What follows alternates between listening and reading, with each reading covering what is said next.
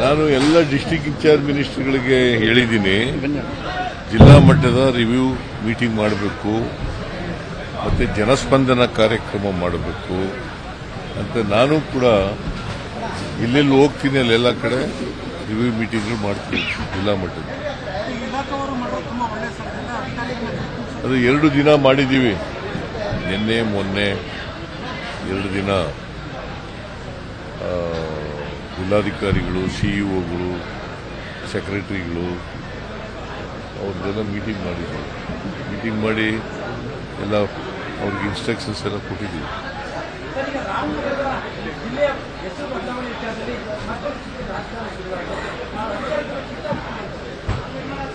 ರಾಮನಗರದ ಜಿಲ್ಲೆಯ ಎಲ್ಲ ಮುಖಂಡರುಗಳು ನಿನ್ನೆ ಬಂದಿದ್ರು. ಡಿ ಕೆ ಶಿವಕುಮಾರ್ ನಾಯಕತ್ವದಲ್ಲಿ ಬಂದಿದ್ರು.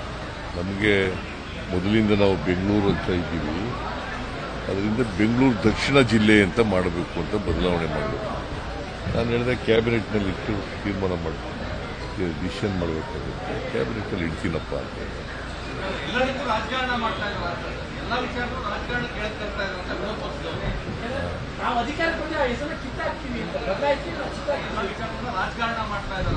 ಈಗ ಅವ್ರು ಕಿತ್ತಾಕಿದ್ರೆ ಅವ್ರ ಮೊದಲು ಅಧಿಕಾರಕ್ಕೆ ಬರಲ್ಲ. ನಂಬರ್ 1. ನಂಬರ್ 2, ಅದರಿಂದ ಅವರು ಬದಲಾವಣೆ ಮಾಡ್ತೀವಿ ಕಿತ್ತ ಭ್ರಮೆ ಅಷ್ಟೇ.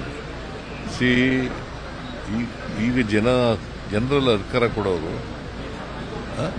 ಅಧಿಕಾರ ಕೊಡೋರು ಯಾರು? ನಾನೇ ಚೀಫ್ ಮಿನಿಸ್ಟರ್ ಆಗ್ಬಿಡ್ತೀನಿ ಅಂದ್ರೆ ಆಗಕ್ಕಾಗುತ್ತಾ? ನಾವು 5 ವರ್ಷ ವಿರೋಧ ಪಕ್ಷದಲ್ಲಿತ್ತು. 5 ವರ್ಷ ಆದಿಗೆ ಬಂದ್ಮೇಲೆ ಜನರ ಆಶೀರ್ವಾದ ಪಡ್ಕೊಂಡು ಅಧಿಕಾರಕ್ಕೆ ಬಂದಿರೋದು.